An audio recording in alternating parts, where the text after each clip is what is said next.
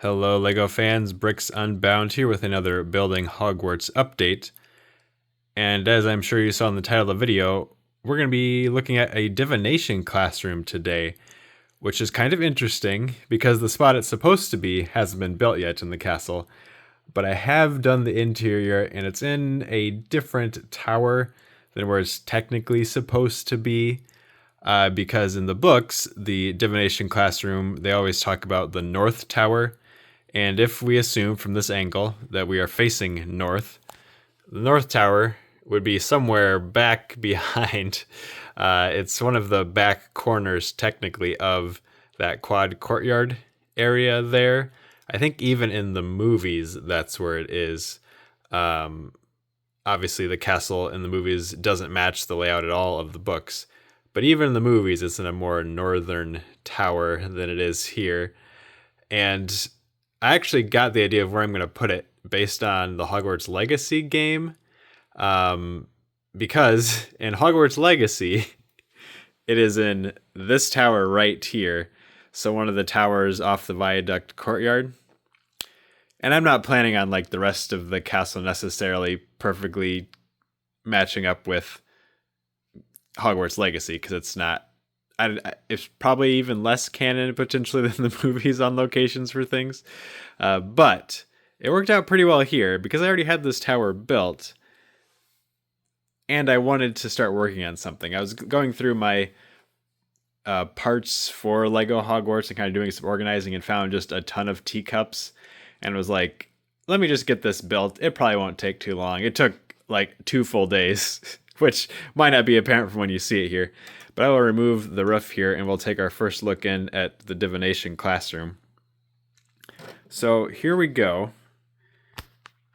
Let's try to get focus to work here. There we go. So you can already tell there are a few spots where I'm missing pieces, namely these corner tiles down, like behind where Trelawney's standing there. I just didn't have those in reddish brown. I did place a bricklink order, but I didn't place it early enough to get it before I needed to get this video filmed. So it's not completely finished. There's a few pieces that need to be swapped out for alternate colors, but I am very happy with how this turned out. You can obviously see there in there the Talons and Tea Leaves chapter where Harry sees the Grim in his cup. So that's this moment here. I can't remember if they ever made a Lego teacup that was printed on the inside to have like a black spot. I don't think so as far as to depict the Grim. Maybe that'll come out someday. So his cup is just empty right now. But we got Harry and Ron over here along with Trelawney. And then I have actually the rest of the, supposed to be third year class of Gryffindors who are around the tables here. So we've got Lavender and Parvati at their table back in the corner. Then Dean and Seamus up here.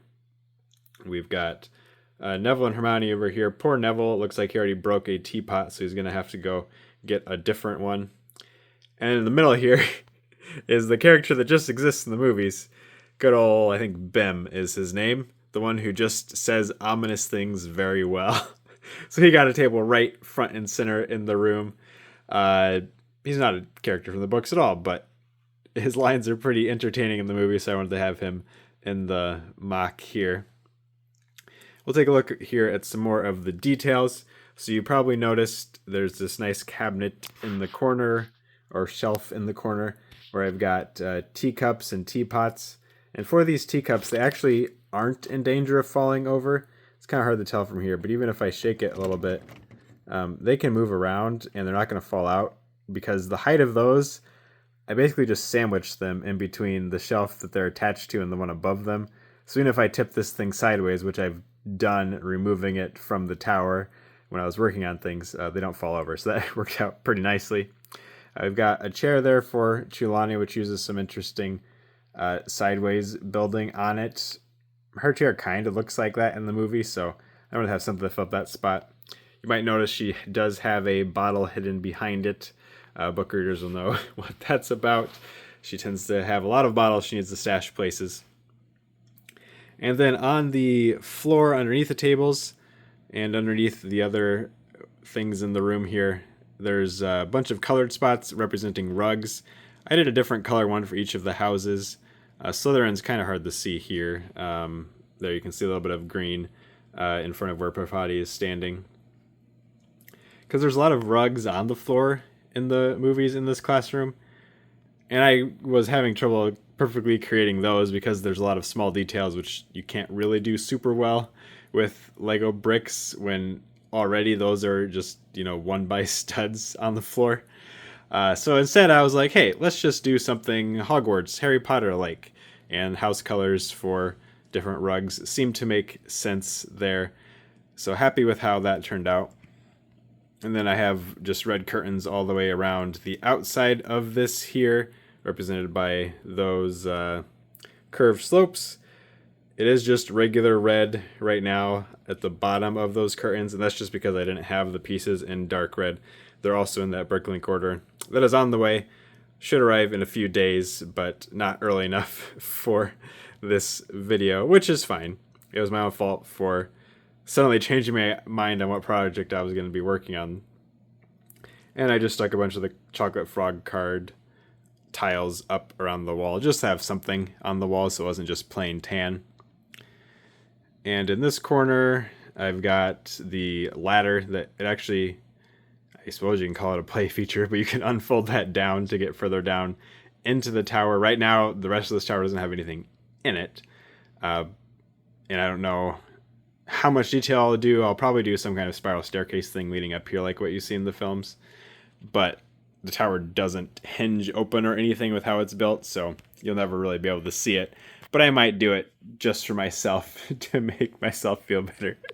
As far as how I attach this to the tower, it's just sitting in with gravity, so I can actually spin it a little bit, get us some different angles here. It doesn't necessarily go all the way around, but it's just gravity holding it in there, so I can easily take it out if I have both hands free and aren't holding a camera with one of them.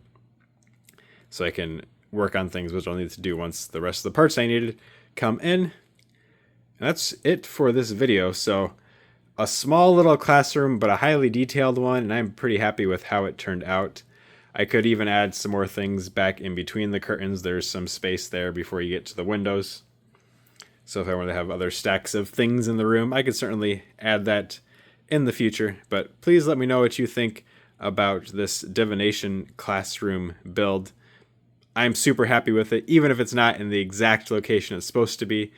At least it matches up with, I guess, Hogwarts Legacy, so one spot where it has been depicted in media. But thank you for watching this video, and please keep coming back for more.